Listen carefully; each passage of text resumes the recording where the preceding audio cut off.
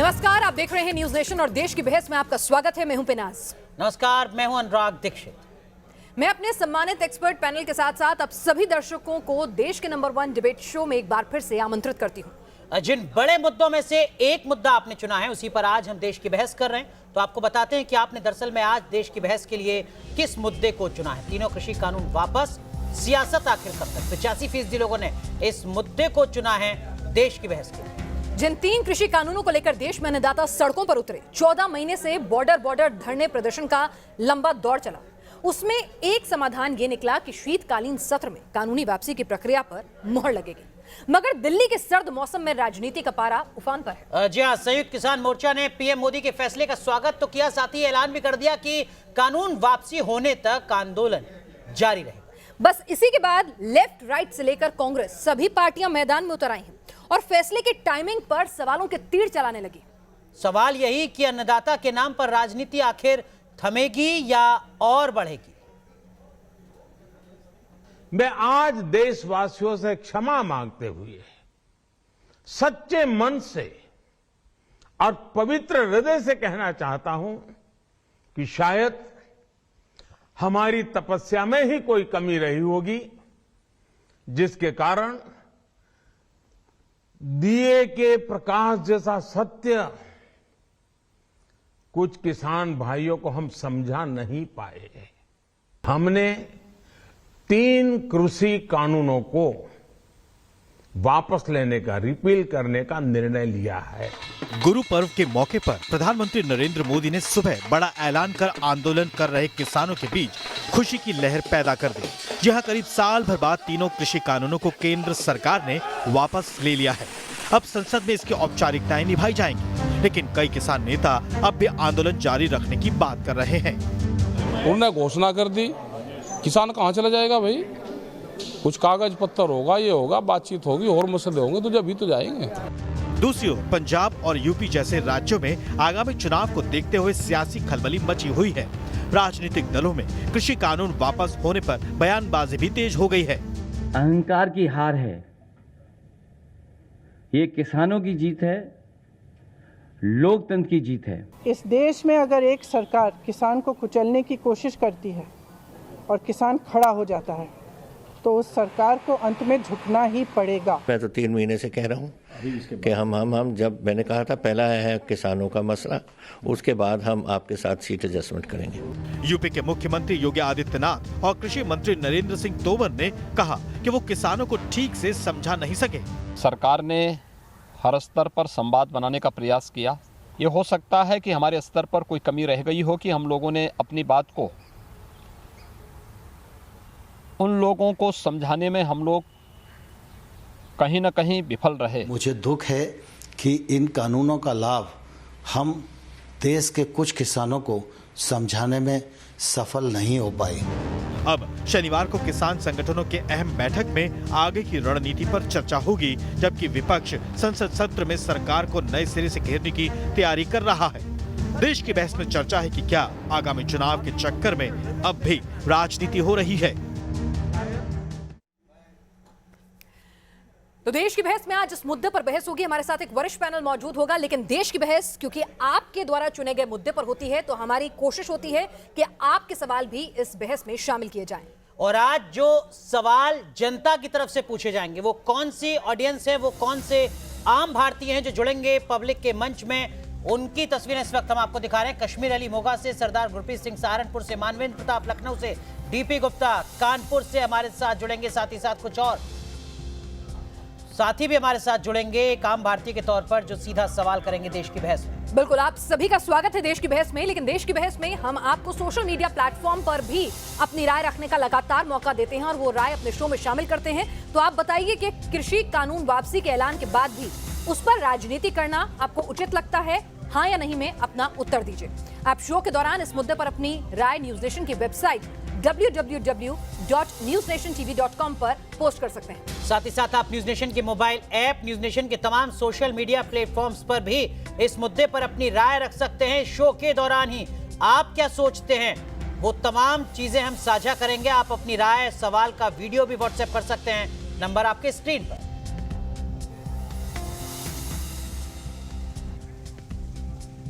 चलिए, और हमारे साथ इस वक्त हमारे खास मेहमान लगातार जुड़ चुके हैं। हमारे साथ प्रेम शुक्ला हैं, नेशनल स्पोक्सपर्सन बीजेपी से। हमारे साथ रमनीक मान हैं, किसान हैं, पॉलिटिकल एनालिस्ट हैं, पंचकुला से हमारे साथ जुड़ रहे हैं। और हमारे साथ वीएम सिंह जो हैं, किसान लीडर, इस वक्त जुड़ चुके हैं। आप सभी का बहुत बहुत स्वागत है। आप तीनों से समझने की कोशिश करेंगे कि आज के इस ऐलान का मतलब क्या है। पीएम मोदी ने तीनों कृषि कानून वापस लेने का ऐलान किया है, ये थोड़ा समझने की कोशिश करते हैं। और हमारे साथ एक खास मेहमान जुड़ चुके हैं, राकेश टिकैत साहब। आप भारतीय किसान यूनियन के वरिष्ठ नेता, नेशनल स्पोक्सपर्सन, जो लगातार इस पूरी मुहिम को आगे बढ़ा रहे थे। पहला सवाल राकेश टिकैत साहब से। राकेश जी, सबसे पहले बताइए कि पीएम मोदी ने तीनों कृषि कानून वापस लेने का ऐलान तो कर दिया है, तो आपके लिए अब खुशी की बात है या अभी लड़ाई और संघर्ष जारी रहने वाला है? जो 750 लोग शहीद हुए, सरकार के लिए कितनी खुशी की बात है। हमारा ये है कि अभी प्रधानमंत्री ने कहा है, अभी बातचीत किसानों से हुई नहीं कि कैसे इसको इम्प्लीमेंट करा जाएगा। एमएसपी पे गारंटी कानून भी एक सवाल है, उसको भी करना पड़ेगा। और फिर ये कमेटियाँ एक बनेगी, जो पहले सरकार ने कहा था। सरकार ने कहा था कि 3 कानून वापसी हो जाएंगे, एमएसपी पे गारंटी कानून हो जाएगा, आंदोलन ख़त्म हो जाएगा और एक कमेटी बनेगी। जो भी और मसले होंगे, वो चाहे सीड बिल का हो या वो दूध की एक पॉलिसी आ रही उस पर हो या भूमि अधिग्रहण पे इशू हो, जो भी मसले होंगे वो कमेटी समय समय पे बातचीत करती रहेगी। या पोल्यूशन का मामला हो, तो ये सारे सवाल हैं। ठीक है, लेकिन इस बीच आप कह रहे हैं कि आंदोलन जारी रहेगा। क्या इसे राजनीति न माना जाए, जब देश के प्रधानमंत्री ने साफ साफ इन कानूनों को वापस लेने की प्रक्रिया शुरू करने की बात की है, देश को संबोधित किया है? क्यों राजनीति क्यों मानना जाएगा? बातचीत हुई नहीं, अभी तो बात है उसका प्रारूप क्या होगा, जो आगे मसले होंगे। क्या इस आंदोलन खत्म करके 10 दिन बाद में फिर नया एक आंदोलन शुरू करें? उसकी एक कमेटी बनेगी भारत सरकार की, जो मामले होंगे वो कमेटी आपस में फिर बातचीत करती रहेगी। उसमें सरकार के लोग रहेंगे और संयुक्त मोर्चे के लोग रहेंगे उसमें।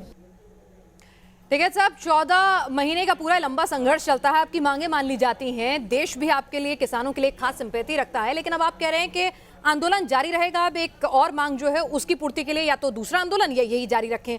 इसमें कुछ अलग रणनीति सुनाई पड़ रही है कि चुनाव को ध्यान में रखकर आप ऐसा कर रहे हैं, और कहीं ना कहीं कोई मास्टर स्ट्रोक है कि आप उसका इंतजार कर रहे हैं। क्या पक रहा है, जरा कुछ बताइए। नहीं, चुनाव का इससे कोई संबंध नहीं है। वो बन रही है कि जो कानून आ रहे हैं, सीड बिल है, हाउस में रखा हुआ है, ये इसी पार्लियामेंट में सीड बिल को ले आए तो उसके लिए फिर दोबारा आंदोलन होगा। तो ये हैं सारे मुद्दे। ठीक है, लेकिन इन सब के बीच देखिए राकेश टिकैत साहब, मैं गाजियाबाद से दिल्ली के लिए जब भी सफर करता हूं, पिछले 12-14 महीने से लगातार मुश्किलें हैं, लंबा जाम, बॉर्डर पर इस तरीके की बैरिकेडिंग, लोगों की मुश्किलें कम नहीं हुई हैं। आने वाले वक्त में क्या तमाम लोगों को जो एनसीआर में सफर करते हैं कुछ राहत दे पाएंगे? वो तो खुला हुआ है, ये आंदोलन रास्ते रोकने का ही नहीं, ये आंदोलन तो सरकार से बातचीत करने का है। सरकार रास्ते खोल देगी, हम अपना अंदर चले जाएंगे। तो चलिए राकेश टिकैत जी, आपका बहुत बहुत शुक्रिया, आप हमारे साथ इस चर्चा में शामिल हुए और आप अपने अपना पक्ष रखा। अभी अपने पत्ते नहीं खोल रहे हैं, लेकिन बार बार आप ये कह रहे हैं कि जो भी पसंद नहीं आएगा उसके लिए, आंदोलन के लिए आप फिर से सड़कों पर उतरने के लिए तैयार हो, चाहे ये बिल हो या आने वाले कुछ भी बिल हो। बिल्कुल, तमाम खास मेहमान भी हमारे साथ बने हुए। प्रेम शुक्ला साहब, क्या आज के प्रधानमंत्री के ऐलान को सियासी तौर पर, चुनावी तौर पर एक बड़ी राहत आप मानते हैं भारतीय जनता पार्टी के लिए? ईमानदारी से जवाब दीजिएगा।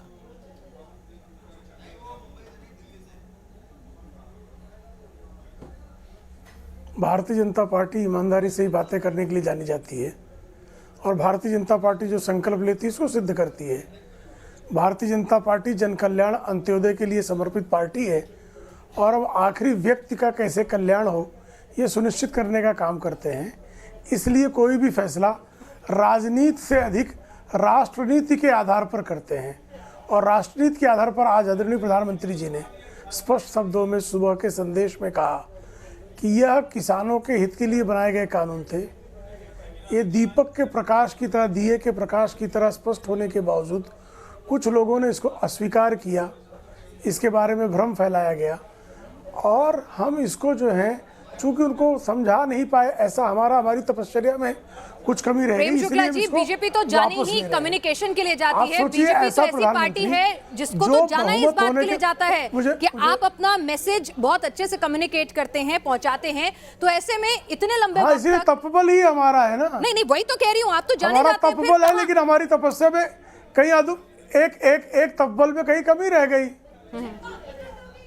नहीं, जो चीज देश के हित में है आत्मावलोकन करेंगे। आप कह रहे हैं जो कानून अच्छे थे और अगर वो देश के हित में थे तो फिर हम वापस लेकर आत्मावलोकन करेंगे कि हम अगर 90% का हित साध कर भी 90% का हित साधने के बाद भी अगर हमारे किसान भाइयों के कंधों पर चढ़कर कोई अराजकतावाद और अलगाववाद का जो है अपना सूत्र सिद्ध करने का प्रयास कर रहा हो, तो देश के हित में ऐसी स्थितियों को जो है वापस लेने की आवश्यकता है।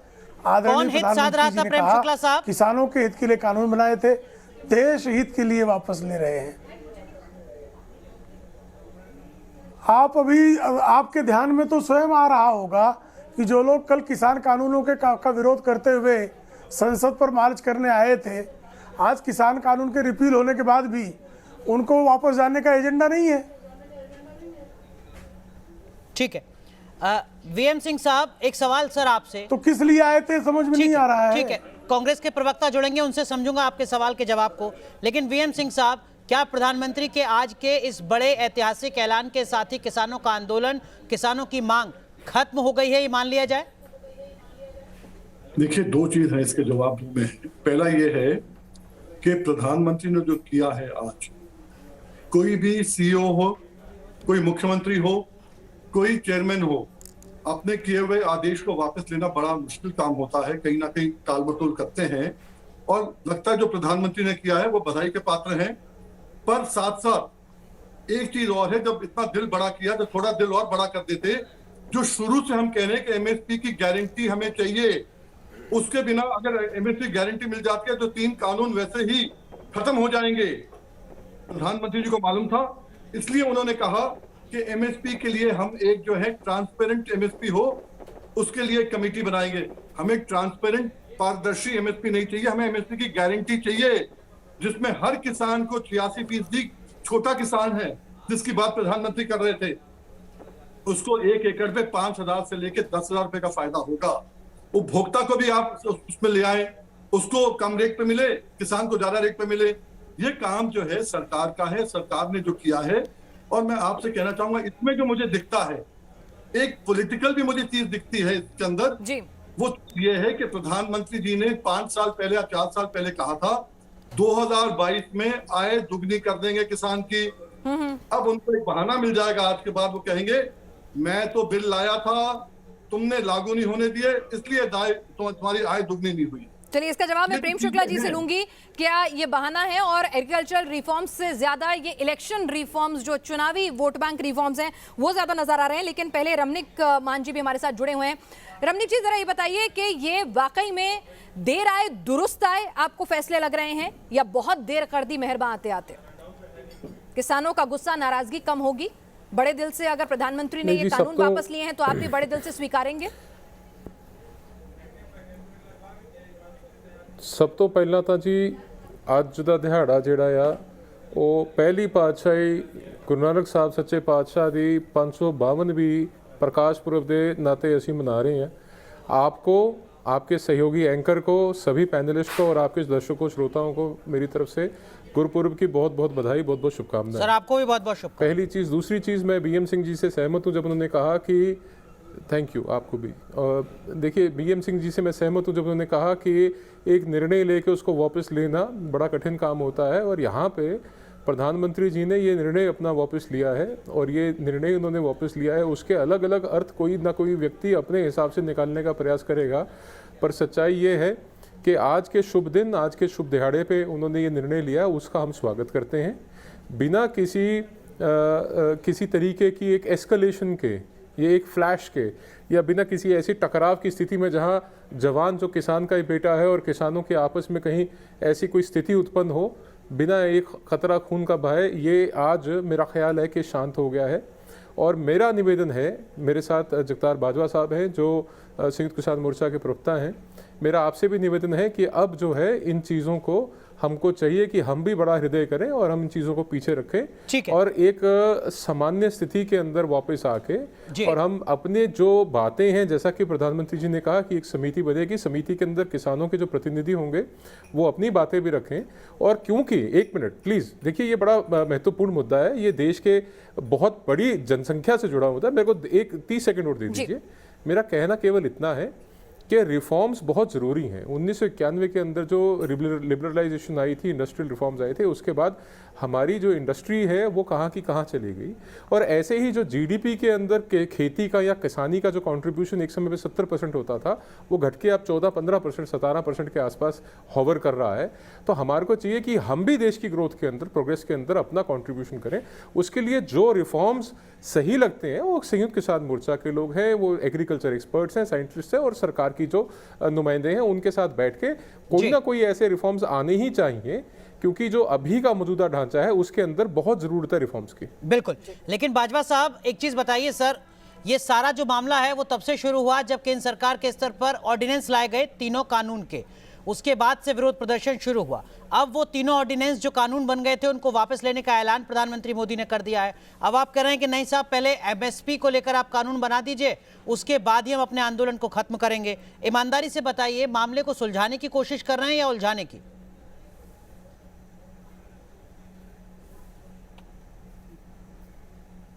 पहली बात तो मैं आज का दिन है वो हम सब के लिए महत्वपूर्ण है। उस दिन पे कोई बहुत ज़्यादा ऐसी बात नहीं करनी चाहता हूँ, क्योंकि आप जो सवाल कर रहे हैं कि किसान मोर्चा कह रहा है कि एमएसपी का गारंटी का, तो ये किसान मोर्चा अब नहीं कह रहा है। ये जब आंदोलन शुरू हुआ था तभी 3 कानूनों की और एमएसपी पे गारंटी की बात थी। और प्रधानमंत्री जी का आज स्वागत किया है किसान मोर्चा ने कि उन्होंने तीनों कानून जो है रिपील करने की घोषणा की है।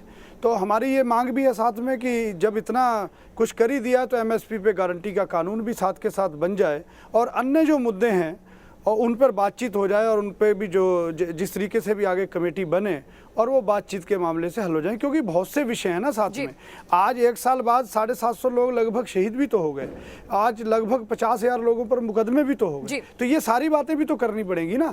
लेकिन अब सर, इनके बातों के बिना तो कोई मामला हल होने का नहीं। वहां पर जाती थी, हम लोग टिकरी बॉर्डर भी गए, सिंघू बॉर्डर भी गए। वहां पर जब हम जाते थे लोगों के बीच में, तब वहां पर सभी आंदोलनकारी, चाहे आप शीर्ष के नेता के पास चले जाइए या ग्राउंड जीरो पर जो किसान बैठे हुए हैं उनके पास चले जाइए, वो ये कहते थे कि भाई जब तक 3 कृषि कानून वापस नहीं लिए जाते, हम ना तो यहां से हटेंगे और ना ही बातचीत का कोई भी वे दूसरी और जो रिफॉर्म्स हैं उनके लिए खोलेंगे। पर अब जब ये मांग मान ली गई है, देश के सुप्रीम लीडर ने मानी है, देश के प्रधानमंत्री ने मानी है, खुले दिल से माफी मांगते हुए मानी है, तो आपको नहीं लगता कि आपको भी वो सम्मान रखना चाहिए कि ठीक है बाकी चीजें बातचीत चलती रहे, क्योंकि आंदोलन दर आंदोलन क्या हासिल होगा?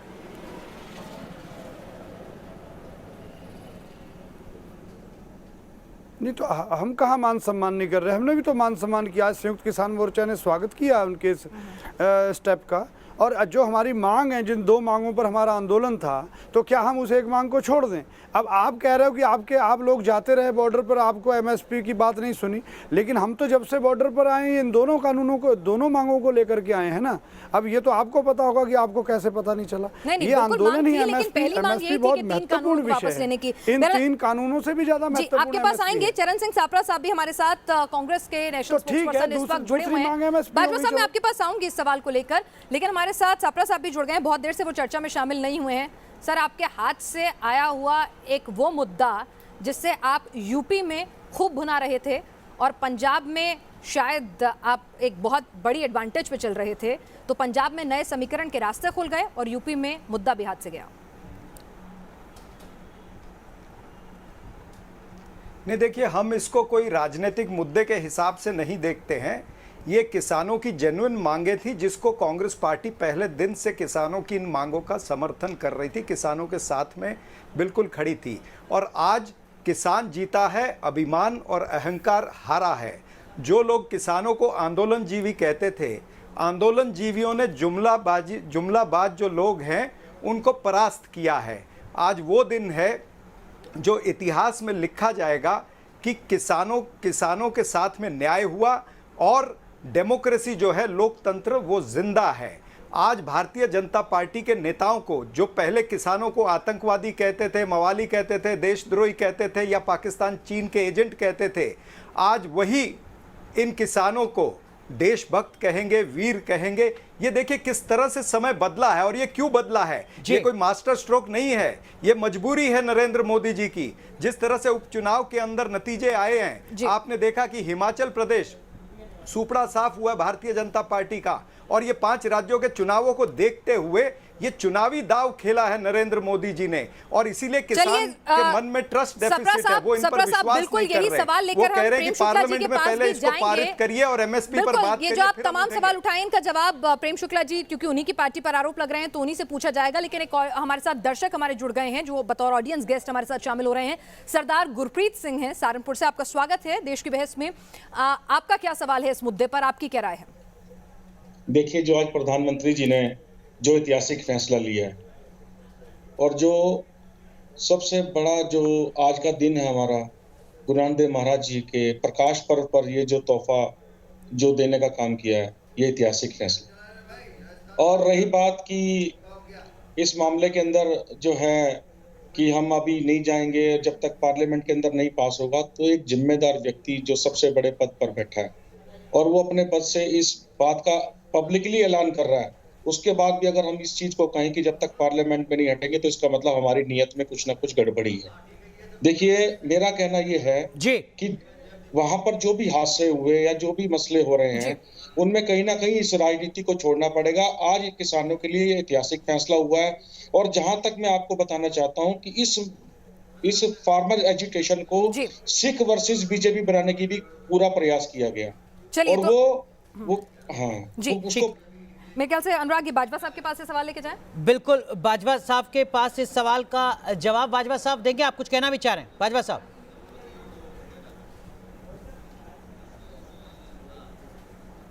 मैं ये कहना चाह रहा था कि अभी हमारे एक प्रवक्ता महोदय ये कह रहे हैं कि एक देश के प्रधानमंत्री ने ये कहा और किसान मोर्चा या किसान इस मामले को हल नहीं करना चाहते। देखिए, हम देश के प्रधानमंत्री का सम्मान करते हैं, लेकिन हम ये भी पूछना चाहते हैं कि कुछ दिन पहले संसद में प्रधानमंत्री महोदय ने ये कहा था कि एमएसपी थी, एमएसपी है और एमएसपी रहेगी, और उसको लिखित में भी नहीं दिया। आज उत्तर प्रदेश की मंडियों में देख लो, उत्तराखंड की मंडियों में देख लो कि किसान 20-20 दिन से अपना धान लेकर के खड़े हैं, हजार रुपए को धान बेचने को मजबूर हैं। तो वो भी तो उन्होंने कहा था, क्या वो पूरा हुआ?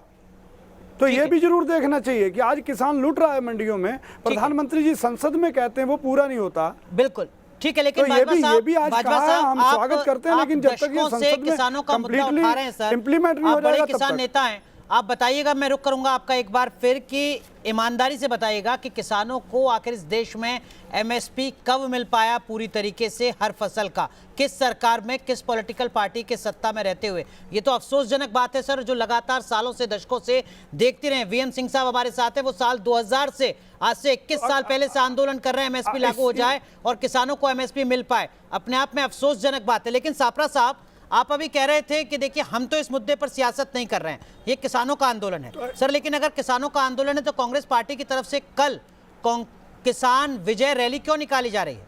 ये तो वो किसान जो 14 महीने से अलग अलग बॉर्डर पर बैठे हुए हैं, वही तय कर लेंगे उनको क्या करना है। नहीं, किसान विजय रैली इसलिए निकाली जा रही है क्योंकि किसान जो है वो कांग्रेस पार्टी में भी तो किसान है। क्या ऐसा है क्या कि कांग्रेस पार्टी में किसान नहीं है? और कांग्रेस पार्टी ने ये मुद्दा पहले दिन से उठाया था। श्री राहुल गांधी जी ने सदन में जब चर्चा आई उसी दिन से लेके आज तक इस मुद्दे को उठाया, और अगर आपने उनका इंटरव्यू देखा होगा जिसमें राहुल गांधी जी ने बार बार कहा कि सरकार को ये हठधर्मी छोड़नी पड़ेगी, सरकार को ये 3 काले कानून वापस लेने पड़ेंगे, और आज वो सिद्ध हुआ है। ये सरकार को झुकना पड़ा, ये सरकार को घुटने टेकने पड़े हैं किसानों के सामने। राहुल गांधी के कहने पर या किसानों के आंदोलन पर? वो सच्ची बात कर रहा था, वो अच्छी बात कर रहा था। क्या पूछा आपने? राहुल गांधी के कहने पर प्रधानमंत्री ने को ऐलान करना पड़ा या किसानों के 14 महीने के आंदोलन पर? क्या कहना चाह रहे हैं आप? क्रेडिट किसको दे रहे हैं इसका? देखिए, 14 महीने के आंदोलन पर निश्चित रूप से उससे भी दबाव पड़ा, लेकिन जो विभिन्न राजनीतिक पार्टियां जिसमें कांग्रेस पार्टी सबसे बड़ी विपक्षी पार्टी है, उसने भी पूरी तरह से दबाव बनाया था। हर राज्य के अंदर दबाव बनाया था। और आपको याद होगा कि श्री राहुल गांधी जी ने पंजाब के अंदर पहली ट्रैक्टर यात्रा निकाली थी, जब कोई विपक्ष के नेता ने नहीं निकाली थी। तो क्यों ना कांग्रेस पार्टी खुशी मनाए, किसान कांग्रेस में भी तो है। 14 महीने कांग्रेस के सिपह सलार भी, जब आप लोग सर्दी में, बरसात में टेंटों में रहा करते थे, वहां पर शिफ्टों में, वहां पर आंदोलन को जीवंत रखने के लिए मेहनत करते थे, तो उसका तो दबाव था। लेकिन अगर कांग्रेस पार्टी काम नहीं करती, अगर देश की सबसे बड़ी विपक्षी पार्टी अपने राज्यों में दबाव नहीं बनाती, तो आपको कुछ हासिल नहीं होता, प्रधानमंत्री नहीं झुकते। आपको कांग्रेस को भी क्रेडिट देना चाहिए। धन्यवाद दे दीजिए सापरा साहब को। नहीं, इनको क्रेडिट देने की बात नहीं है। आपने ये सवाल पूछा, देखिए आप सवाल घुमा रहे हैं। आपने ये सवाल पूछा कि कांग्रेस क्यों जश्न मना रही है। बाजवा साहब को सुन लीजिए ना, बाजवा साहब को सुन लीजिए। एक मिनट सापरा साहब, आपकी बात पूरी सुनिए, बाजवा साहब को सुन लीजिए। आपके सवाल में सापरा साहब एक सेकंड, उनकी भी सुन लीजिए ना, वो समझे होंगे दोनों। उन्होंने मेरी बात भी, अनुराग की बात भी सुनी होगी। आप हमारे मुंह में शब्द मत डालिए। कोई शब्द नहीं डाल रहे हैं। आपने मेरे से सवाल पूछा था कि कांग्रेस पार्टी क्यों जश्न मनाना चाहती है, और आप उनको ये सवाल पूछ रहे हो कि कांग्रेस क्रेडिट देना चाहिए। उस सवाल के जवाब में आपने कुछ बात बोली थी ना, उसी का सवाल लेकर जा रही हूं मैं बाजवा साहब के बाद, कि अगर कांग्रेस ना होती, राजनीतिक दबाव ना बनता, तो शायद ये नतीजा नहीं आता। बाजवा साहब आपने भी सुना होगा सब कुछ। कांग्रेस पार्टी में अरे जवाब तो दे लीजिए, सुनिए ना सापरा साहब, जवाब तो ले लीजिए। बाजवा साहब को जवाब देना है, मुझे नहीं देना है। अब बाजवा साहब से सुन लीजिए ना, बाजवा साहब आप जवाब दीजिए। सापरा साहब एक सेकंड, क्यों नहीं देते? सापरा साहब एक सेकंड, सबने सुनी बात, बाजवा साहब ने भी सुनी होगी, उनका जवाब ले लेने, बाजवा साहब का जवाब ले लेने दीजिए। मैं कह रही हूं ना, वही मना कर देंगे तो बात खत्म हो जाएगी। बाजवा साहब आप बाजवा साहब को उकसाइए मत। बाजवा साहब को सर, उनके अंदर भी विवेक है, आपके अंदर भी विवेक है। वो सुन रहे हैं आपको, आप सुन लीजिए। देश आपको सुन रहा है, बाजवा साहब को भी सुनेगा। बाजवा साहब कहिए अपनी बात।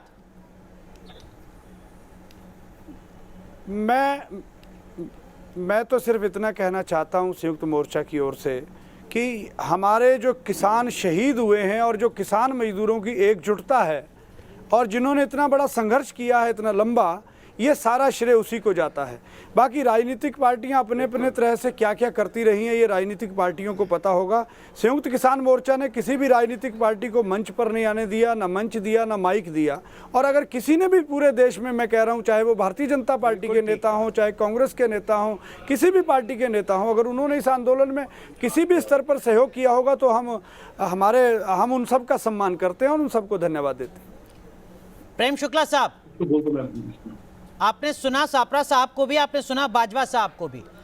सीधा सवाल आपसे सर, ये क्या कांग्रेस के या कांग्रेस जैसे राजनीतिक दलों के विरोध के चलते दबाव में लिया गया फैसला है, या किसान आंदोलन जो 14 महीने से लगातार चल रहा था, जो बाजवा साहब यहाँ पर कह रहे हैं, उस किसान आंदोलन से निकली आवाजों पर गंभीरता से लिया गया फैसला है? क्यों 14 महीने बाद ये फैसला आपने लिया है, किसके कहने पर?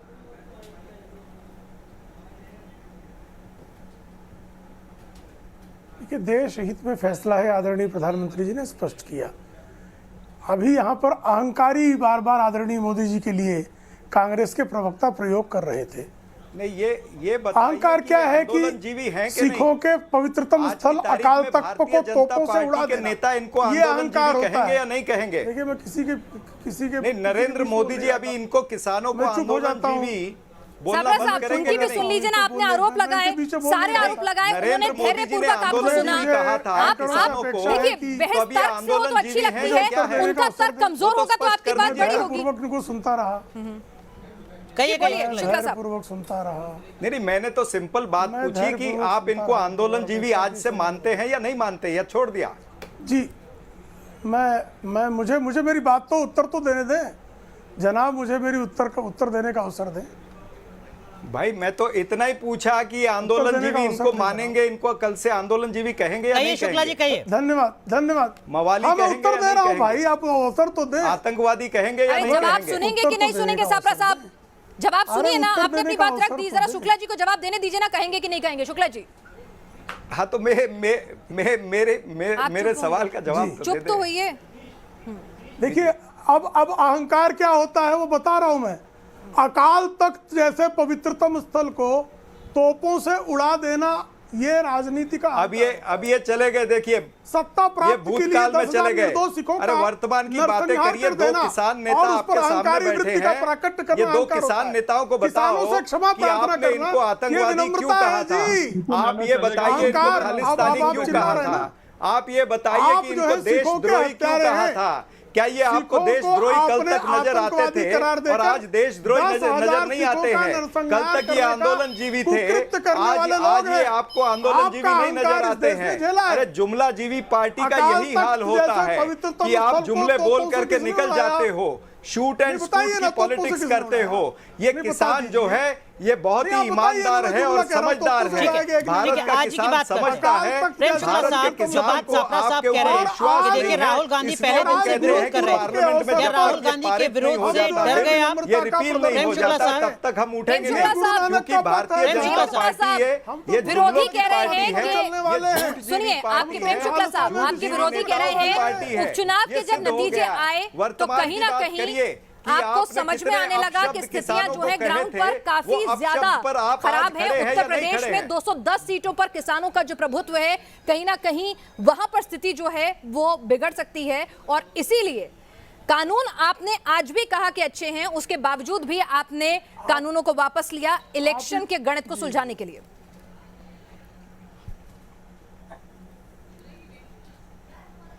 ये चुनाव की बात करें तो बिहार का चुनाव इसी किसान आंदोलन के दौरान जीता गया। पौंडीचेरी का चुनाव इसी जो दक्षिण में हमारा एक अलायंस और हमारी सत्ता आई। Hyderabad municipal corporation, Gujarat municipal corporation, Uttar Pradesh स्थानीय निकाय चुनाव, तमाम राज्यों में। और जो उपचुनाव जो बता रहे हैं 12 सीटें पिछली बार थी, 13 इस बार आई हैं। तो उपचुनाव का हम पर जो है किसान आंदोलन का हमारे ऊपर चुनाव का ठीक है। माफ कीजिए प्रेम शुक्ला साहब, मैं आपको रोक रहा हूं। सापरा साहब आप कुछ कहना चाह रहे हैं? माफ कीजिए, मैं आपको भी रोक रहा हूं सर। हमारे साथ भारतीय किसान यूनियन के राष्ट्रीय अध्यक्ष चौधरी नरेश टिकैत साहब जुड़ चुके हैं। नरेश टिकैत साहब, बहुत बहुत स्वागत। इस वक्त पूरा देश आपको सुन रहा है सर, देख रहा है। क्या किसान आंदोलन प्रधानमंत्री के आज के संबोधन के साथ खत्म हो रहा है, ये हम मानकर चलें? और प्रधानमंत्री के आज की इस पहल को आप किस तरीके से देखेंगे? शुक्रिया अदा करते हैं प्रधानमंत्री का।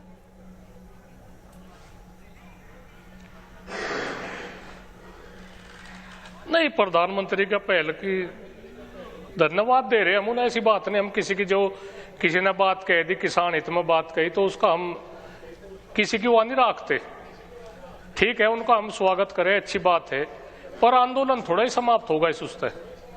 भाई बातचीत हमें कोई लिखित में तो दो, कोई और जिम्मेदार आदमी कोई पार्टी में जिम्मेदार हो, किसान संयुक्त मोर्चा है, उस तक बातचीत करो। तो ये थोड़ा एक प्रधानमंत्री जी ने एकदम ऐसी कह दी, इतनी मार्मिक भाषा में कह दी। देश के नाम संबोधन करते हुए अगर कोई बात कहता है जो राष्ट्रीय और अंतर्राष्ट्रीय पटल पर सुनी जाती है, उस पर भरोसा नहीं है आपको?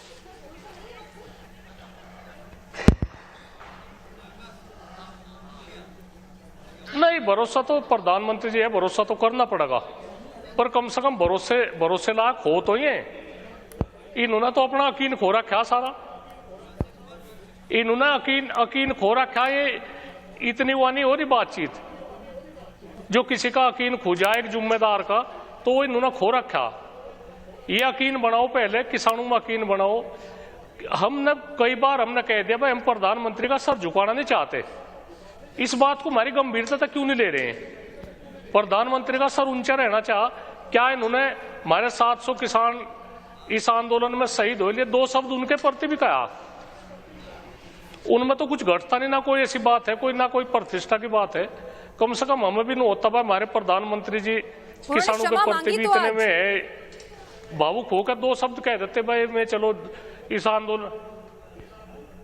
नहीं, कहाँ मांगी अक्षमा? हम नहीं, ये तो अक्षमा नहीं मंगवाते हम।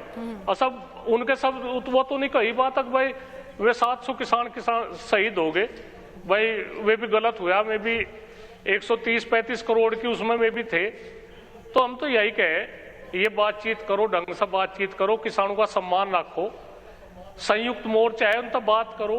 इस पार्टी में, भारतीय जनता पार्टी में अच्छे विद्वान है, दिग्गज है, उनकी भी सुलह मशवरा लेकर करो।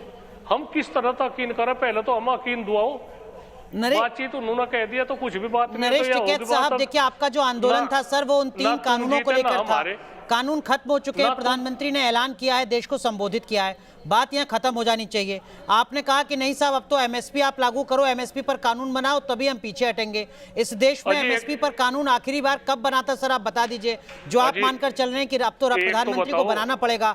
ये दबाव की एक राजनीति या दबाव की कोशिश तो लगातार आप नहीं कर रहे हैं कि चूंकि आपने हमारी एक बात मान ली, अब आपको दूसरी बात भी हमारी माननी पड़ेगी।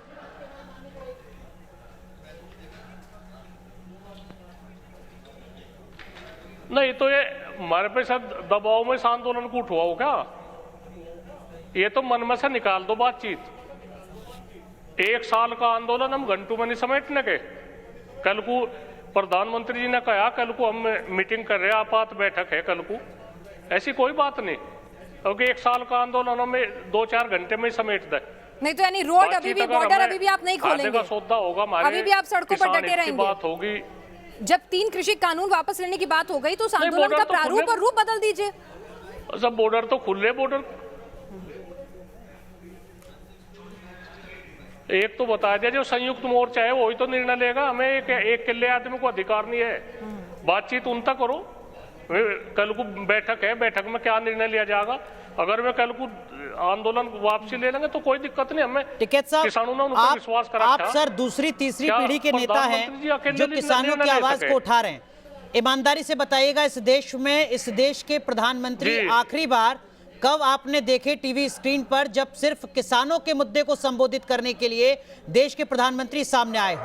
मुझे लगता है कि पिछले 1 दशक, 2 दशक, 3 दशक में शायद ऐसा पहली बार हुआ है कि इस देश के प्रधानमंत्री ने किसानों को, मुद्दों को एड्रेस करने के लिए राष्ट्र को संबोधित किया है। क्या ये कम बात है सर?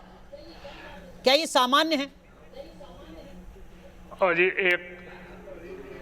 इस सरकार तो सब सरकार अच्छी रहेगी, सबने बात सुनी, समाधान भी हुए, किसी पर आश्वासन होगा, किसी बात का समाधान होगा। इसमें तो इतनी जिद्दी सरकार तो हमने 2014 से पहले इस देश में एमएसपी था। ये तो 2020 से पहले क्या इस देश के किसान खुदकुशी करने को मजबूर नहीं थे? क्या 2019 से या 2014 से पहले इस देश की खेती फायदे का सौदा थी? नहीं,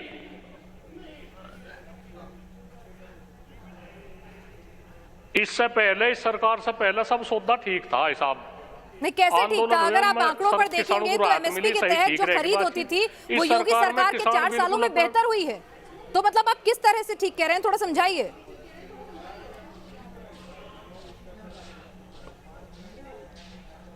अजी नहीं, इसमें कुछ ठीक नहीं है, तो संयुक्त मोर्चा में जानेंगे हिसाब किताब। नहीं, आप बता ले रहे हो, नहीं टिकैत साहब, ना तो आप बता रहे हो क्या ठीक नहीं है, बस आपने ठान लिया है कि ठीक नहीं है। चलिए सर, आपकी कुछ मजबूरी हो सकती है, उम्मीद करते हैं कि संयुक्त किसान मोर्चा की बैठक में कोई समाधान निकलेगा ताकि आने वाले वक्त में इस तरीके का गतिरोध ना दिखे। बहुत बहुत शुक्रिया चौधरी नरेश टिकैत साहब जुड़ने के लिए हमारे साथ, बहुत बहुत धन्यवाद। हमारे साथ जो तमाम ऑडियंस हैं देश की बहस में वो भी शिरकत करते हैं, लखनऊ का रुख करते हैं। हमारे साथ मानवेंद्र प्रताप हमारे साथ जुड़ रहे हैं लखनऊ से। मानवेंद्र जी, आपने सुना नरेश टिकैत साहब को भी, क्या कुछ सवाल आपके जहन में? सबसे पहले तो हम किसानों को बधाई देना चाहेंगे कि उन्होंने इतनी बड़ी जीत हासिल की, जो लगातार 1 साल से धरने पर बैठे हैं इस नरेंद्र मोदी जी के काले कानून के खिलाफ। उन्होंने बड़ी भारी मात्रा में जीत हासिल की है। दुष्यंत कुमार महाकवि थे, उनका कहना है कि कौन कहता है आसमान में छेद नहीं हो सकता, एक पत्थर तो तबीयत से उछालो यार। तो उन्होंने काफी मशक्कत की, मशक्कत की। उनको आंदोलन जीवी कहा गया, उनको खालिस्तानी कहा गया, उनको पाकिस्तानी और खालिस्तानी कहा गया। उनके जो बच्चे हैं उनको कुचल दिया गया। चलिए, तो आप कह रहे हैं उनके संघर्ष की यहाँ पर जीत हुई है। हमारे साथ एक पूरा नया पैनल जो है इस वक्त देश की बहस में जुड़ चुका है। हमारे साथ अभय दुबे जी हैं, नेशनल स्पोक्स पर्सन कांग्रेस के, अपराजिता सारंगी है, member of parliament national spokes person BJP की, वो भी जुड़ी हैं। और हमारे साथ खास मेहमान लगातार शांतनु गुप्ता जी भी हैं, राजनीतिक विश्लेषक हमारे साथ जुड़े हुए हैं। और बाजवा साहब, डीएम सिंह साहब पहले से हमारे साथ यहाँ पर मौजूद हैं ही। हमारे साथ अपराजिता सारंगी जी इस वक्त जुड़ी हैं। अपराजिता जी, यहाँ पर टिकैत साहब से बात हो रही थी, तो लगता नहीं कि उनकी नाराजगी दूर हुई है या फिर वो अपना आंदोलन वापस लेने वाले हैं? अब आगे क्या?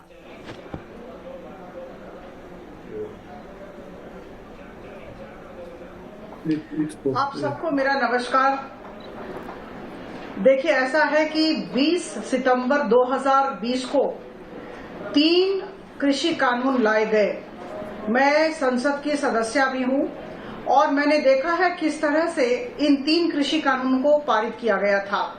बहुत विचार विमर्श हुए थे, वाद विवाद हुए थे और उसके बाद हम सबने मिलकर इन्हें पारित किया और हम लोगों ने हर एक स्तर के व्यक्तियों को समझाने की कोशिश की। 12 बार सरकार की तरफ से किसान संगठनों के साथ बातचीत हुई, लेकिन कहीं न कहीं 1 साल बाद हमें ऐसा लगा, जो आज प्रधानमंत्री जी ने बड़े स्पष्ट शब्दों में कहा, हमारी तपस्या में कोई कमी रह गई थी।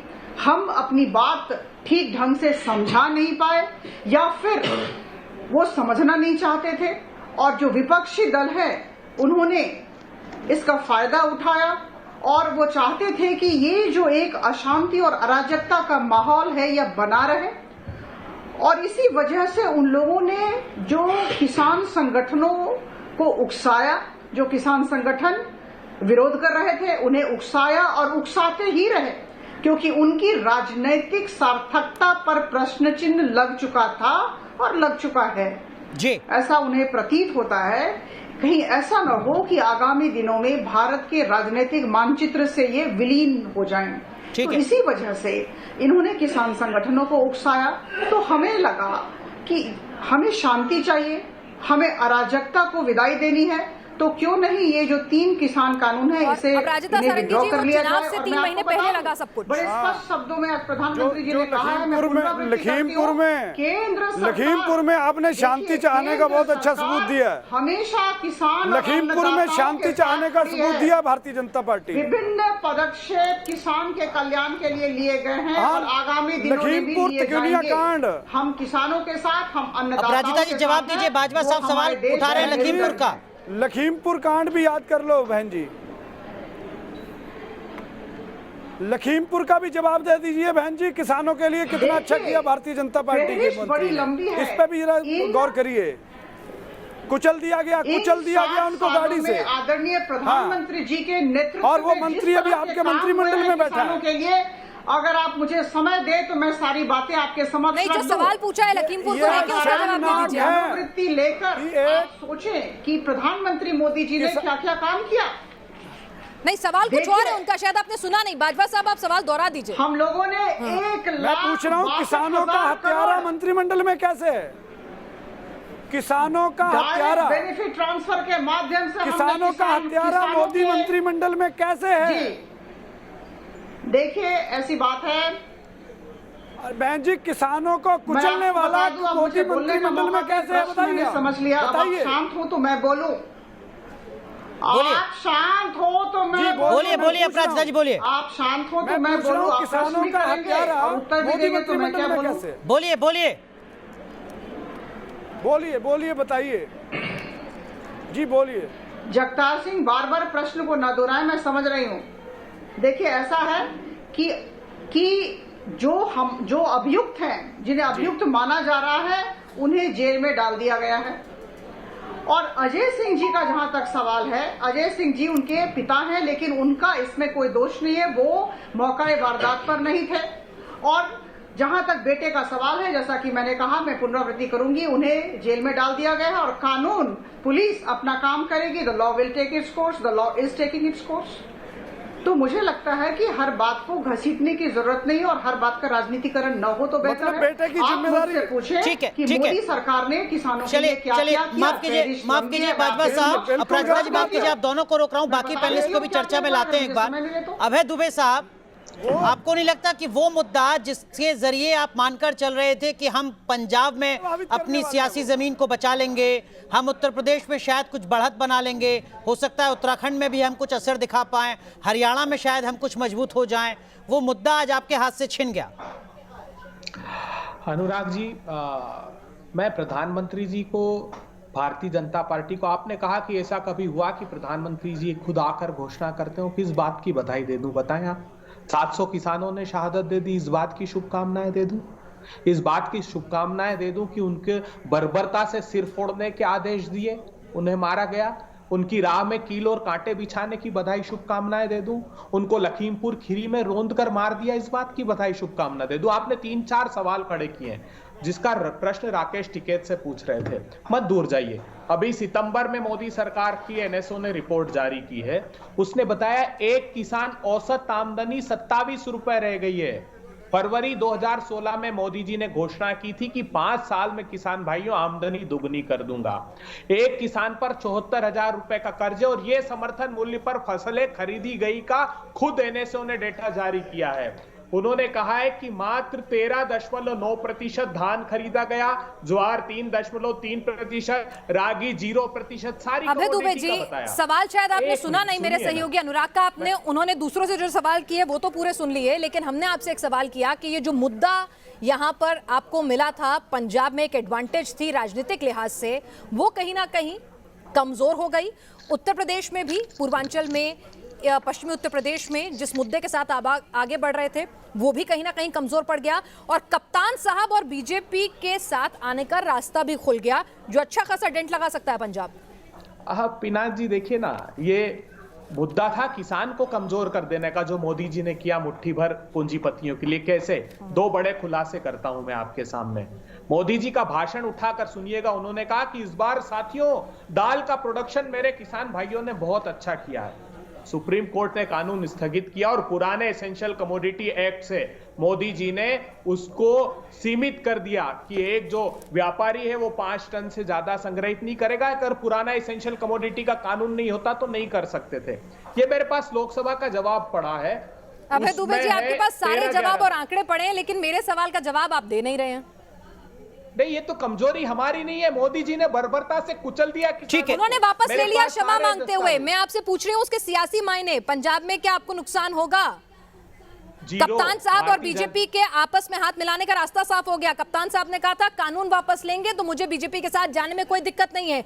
एक स्टेट जहां पर आपकी जीत श्योर शॉट नजर आ रही थी, वहां पर दिक्कत पैदा हो गई। अब पिनाक जी, इस शो को याद रखिएगा, भारतीय जनता पार्टी की पंजाब में 0 सीट नहीं आए तो नाम बदल दीजिएगा। ठीक है, लेकिन अभय दुबे साहब थोड़ा आगे बढ़ते हैं। इन्होंने निर्णय क्यों लिया? ठीक है, अभय दुबे साहब, आप सर आंकड़ों के लिए जाने जाते हैं। क्या आपको लगता है कि कांग्रेस पार्टी नैतिकता के आधार पर किसानों की हितैषी के तौर पर खुद को स्थापित कर सकती है? मैं बाजवा साहब से भी पूछ सकता हूं, लेकिन आपसे ही पूछ रहा हूं।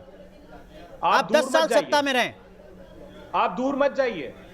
मोदी सरकार की शांता कुमार कमेटी की रिपोर्ट उठाकर विस्तार से पढ़ लीजिएगा, या मोदी सरकार का सुप्रीम कोर्ट में जो फरवरी 2016 का एफिडेविट है उसको पढ़ लीजिएगा। उसमें बखान किया है कांग्रेस की उपलब्धियों का। शांता कुमार जी ने तो यह कह दिया कि आजाद भारत के इतिहास में कांग्रेस के 10 वर्षों की सरकार की जितनी बड़ी उपलब्धि किसी की नहीं रही। एक्सपोर्ट। लेकिन अभय दुबे साहब, मेरे पास कुछ सरकारी आंकड़े, सर आप मुझे करेक्ट कीजिएगा। 72,000 करोड़ रुपए का चुनाव से ठीक पहले आप किसानों का कर्ज माफ करते हैं। कैग की रिपोर्ट आती है, वो कहती है कि हर 6 में से 1 मामला फर्जीवाड़ा है। दिल्ली से किसान कर्ज माफी का जो मामला शुरू हुआ था वो चंडीगढ़ तक खत्म हो गया था सारा। कैग की रिपोर्ट ने बड़े सवाल खड़े किए थे आपकी किसानों की कर्ज माफी पर। आंकड़े सरकारी कहते हैं कि 6 साल में 2004-05 से लेकर 2011-12 तक इस देश में 2 करोड़ किसानों ने खेती छोड़ी। सत्ता में आप थे। हर साल औसतन 33 लाख, हर दिन औसतन 9,000 अन्नदाता खेती छोड़ने को मजबूर थे। हर आधे घंटे, हर 1 घंटे में 2 किसान इस देश में खुदकुशी करते रहे, तब भी सत्ता में आप थे। मेरा सवाल सर आपसे इसलिए है कि क्या आप वाकई नैतिकता के आधार पर कह सकते हैं कि देखिए हम किसानों के साथ हैं क्योंकि हमने सबसे बेहतर काम किया? बिल्कुल कह सकता हूं। इसलिए कह सकता हूं कि मोदी सरकार ने बताया कि स्वामीनाथन की जो 201 सिफारिशें थी उसे जनवरी 2014 तक, अर्थात कांग्रेस के कार्यकाल के समय सिर्फ 26 रह गई थी, जिस पर की काम, और मोदी सरकार ने उसको इंप्लीमेंट नहीं किया आज तक। ये भी बता दूं, ये टीवी की डिबेट में कहते हैं, एक बार सुप्रीम कोर्ट का एफिडेविट जा करके देख ले। प्रधानमंत्री जी कह रहे थे मुझे पटियाला की पठानकोट की रैली याद है 2013 की। उन्होंने कहा एसएमएसपी तय होगा, मैं रिफॉर्म करूंगा। मेरे सवाल का जवाब नहीं कहा अभय दुबे साहब। ठीक है, अभय दुबे जी हमारे साथ, हमारे दर्शक भी जुड़े हुए हैं, जरा उनकी राय भी इसमें देश की बहस में शामिल करते हैं। डीपी गुप्ता हमारे साथ कानपुर से जुड़े हैं। डीपी गुप्ता साहब, आप पूरी बहस सुन रहे हैं, हर पक्ष को आपने सुना है, क्या कुछ आप अपनी राय बना पाए हैं और क्या कहना चाहेंगे?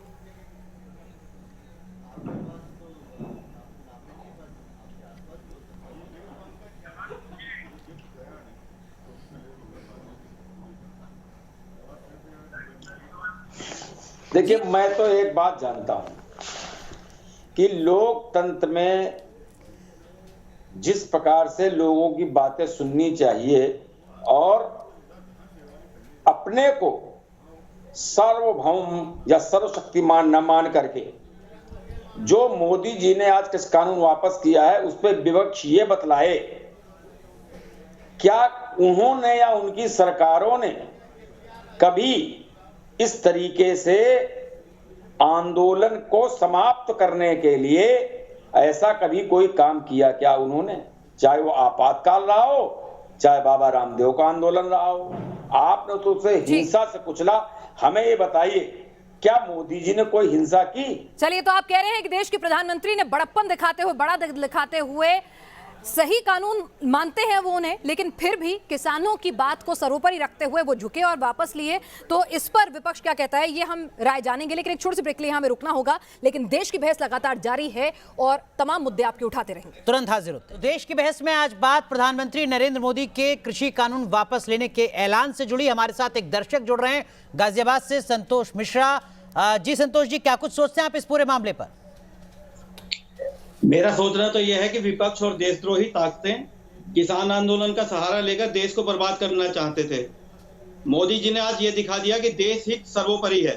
किसान आंदोलन की आड़ में देश तोड़ने और बर्बाद करने वाली ताकतों को, जो ताकतें थी है, जो किसान आंदोलन के, ये दुकानें इनकी बंद हो गई आज। ठीक है, जो सोचते हैं ना कि मोदी जी आज हार चलिए, तो ये मास्टर स्ट्रोक है। शांतनु गुप्ता हमारे साथ राजनीतिक विश्लेषक इस वक्त जुड़ चुके हैं। शांतनु जी, यहाँ पर मोदी जी के चाहने वाले और तमाम उनकी पार्टी के लोग कह रहे हैं कि ये उनका मास्टर स्ट्रोक है। विपक्ष कह रहा है कि ये मजबूरी का स्ट्रोक है। चुनाव से 3 महीने पहले जब उन्होंने भांप लिया कि किसानों की नाराजगी भारी पड़ सकती है। बतौर राजनीतिक विश्लेषक आपका मत? देखिए, मैं पिछले 5 साल में करीब 3 से 3,000 4,000 से ज्यादा डिबेट कर चुका हूं और मुझे हर डिबेट में ये लगता है कि हम लोग चुनाव से इतने ऑब्सेस्ड हैं कि हर किसी चीज को चुनाव के दायरे से बाहर देख ही नहीं पाते हैं। जो भी व्यक्ति सामाजिक राजनीतिक कमेंट्री करता हो, उसका स्टूडेंट हो, उसका विद्यार्थी हो, राजनेता बनना चाहता हो या जर्नलिस्ट हो, उसे आज वो 16 मिनट की स्पीच सुननी चाहिए। प्रधानमंत्री को इस 1 साल में क्या क्या नहीं कहा गया। बक्कल तार देंगे, हाय हाय मोदी, मर जा मोदी। और प्रधानमंत्री ने कहा मेरी एक ईमानदार कोशिश थी, मुझे लगता है मेरी तपस्या में कमी रह गई, किसानों के लिए लाया था, देश के लिए वापस ले रहा हूं। इसके बाद मेरे ख्याल से डिबेट वहीं खत्म हो जाती है कि एक ईमानदार कोशिश थी, कैसे मैं किसानों की आय बढ़ा चुकूं। और अभी मैंने MS स्वामीनाथन का नाम सुना। MS स्वामीनाथन ने पहली बार 2 दशक में एक आर्टिकल लिखा, बड़ा टाइम्स ऑफ इंडिया में आर्टिकल छपा। उन्होंने कहा कि कई दशकों में पहली बार इतना बड़ा कृषि पे काम हुआ है। मेरे ख्याल से हम 6 लोग बैठे हैं चैनल में, कृषि को हम स्वामीनाथन से अच्छा तो कोई नहीं समझता होगा। उन्होंने पहली बार लिख के, क्या भाजपा ने पैसे दिए थे उनको लिखने के लिए, MS स्वामीनाथन को पहली बार लिख के कहा। उन्होंने कहा हर चीज, चाहे बीज देख लो, चाहे सॉइल हेल्थ कार्ड देख लो, चाहे बीमा देख लो, चाहे PM किसान देख लो, सब तरह से पहली बार किसी ने बड़ा कृषि पे काम किया है। चलिए, अभय दुबे जी मुस्कुरा रहे हैं। अभय दुबे जी, यहाँ पर शांतनु जी तो साफ शब्दों में ये कह रहे हैं कि भाई देखिए कि वो 16 मिनट की स्पीच एक ईमानदार, देश के प्रति समर्पित प्रधानमंत्री की थी और मुद्दा यहाँ खत्म हो जाना चाहिए, चुनाव से मत जोड़िए।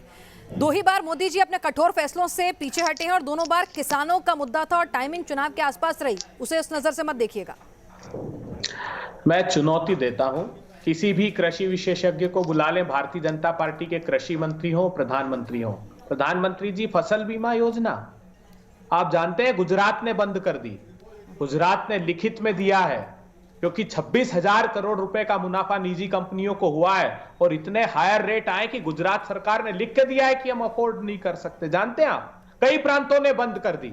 बिहार जाइए, आपकी सरकार है, बिहार के एग्रीकल्चर सेक्रेटरी ने मोदी जी को चिट्ठी लिखी है कि 2526 और 2532 रुपए धान का और मक्के का समर्थन मूल्य कीजिए। लागत इतनी बढ़ा दी आप लोगों ने, 25,000 रुपए हेक्टेयर लागत बढ़ाई है।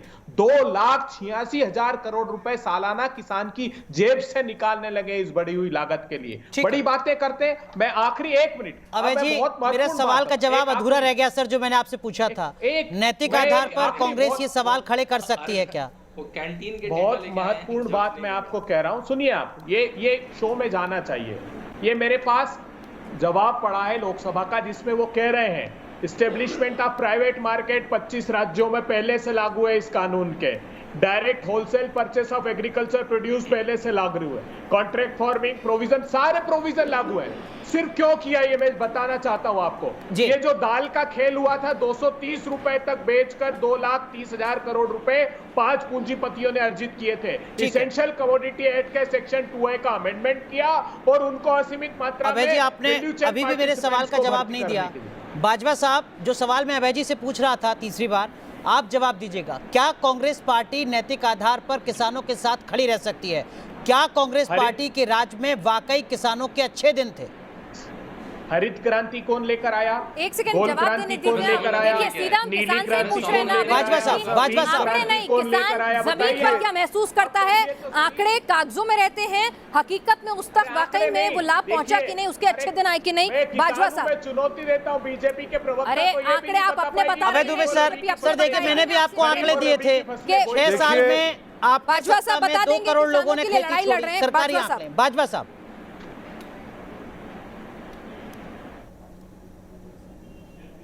देखिए साहब, मैं तो सीधी बात जानता हूं। मान लो अगर कोई कमी रही होगी तो शायद इसीलिए तो भारतीय जनता पार्टी को देश की जनता ने चुना था। तो भारतीय जनता पार्टी ने देश के किसानों को, मजदूरों को सड़क पर बैठा दिया और देश के किसानों मजदूरों को आतंकवादी और माओवादी न जाने क्या क्या आपने कह दिया और कुचल करके भी मार दिया। तो अब क्या तुलना करें? हम किसी से किसी की तुलना नहीं कर रहे। हमारा सीधा कहना है कि किसान और मजदूर इस देश की आत्मा हैं। आप उनकी आत्मा को मत दुखाइए।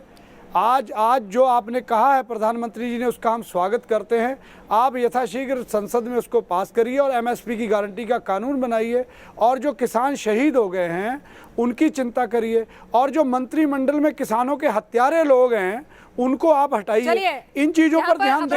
आज भारतीय जनता पार्टी भी तो आज सरकार को रिप्रेजेंट कर रही है, तो आपसे पूछना चाहूंगी, बाजवा साहब ने अपनी बात रखी, विपक्ष ने अपनी बात रखी, आपने पूरी चर्चा को सुना, तो आप बताइए कि यहाँ पर किसान ना तो वापस जाते नजर आ रहे हैं प्रधानमंत्री के आग्रह के बाद, ना आंदोलन वापस लेते हुए नजर आ रहे हैं, ना उनकी नाराजगी यहाँ पर कम से कम डिबेट में तो कम होती नजर नहीं आ रही है। तो अब आगे कैसे राह चलेगी?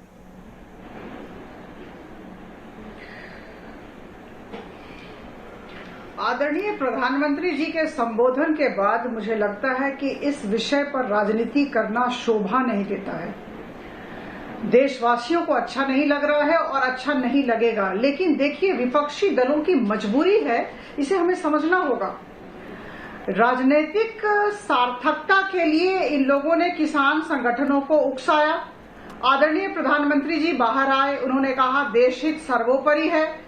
हो सकता है हमारी तपस्या में कोई कमी हो गई हो, हम किसान के कानूनों को वापस लेते हैं, कृषि कानूनों को वापस लेते हैं, बात वही खत्म हो गई। अब इन्हें चिंता है, टेंशन इनकी ये है कि इनके गुब्बारे से हवा निकल गई। अब करेंगे क्या? कल से किस विषय पर लेकर मोदी जी को घेरेंगे, चिंता इनकी यह है। तो मुझे लगता है कि कहीं न कहीं राजनीतिक सार्थकता को लेकर डरे हुए हैं और ये डर चलिए, अपराजिता की डर किसको था? मजबूरी का स्ट्रोक था या मास्टर स्ट्रोक था? ये अभी आने वाले दिनों में स्थिति और साफ हो जाएगी। लेकिन जनता ने, जब हमने उनसे पूछा तो उन्होंने क्या कहा है, उनकी राय जान लेते हैं। कृषि कानून वापसी के ऐलान के बाद भी राजनीति करना उचित है। 80% लोगों को ये अच्छा नहीं लग रहा है। उनका कहना है प्रधानमंत्री ने कह दिया, अब बात खत्म होनी चाहिए। चलिए, देश की बहस में आज के लिए बस इतना ही। बहुत बहुत शुक्रिया आप सभी खास मेहमानों का जुड़ने के लिए और इस फैसले का क्या कुछ मतलब है ये दर्शकों को समझाने के लिए। एक छोटा सा ब्रेक, आप बने रहिए न्यूज़ नेशन के साथ।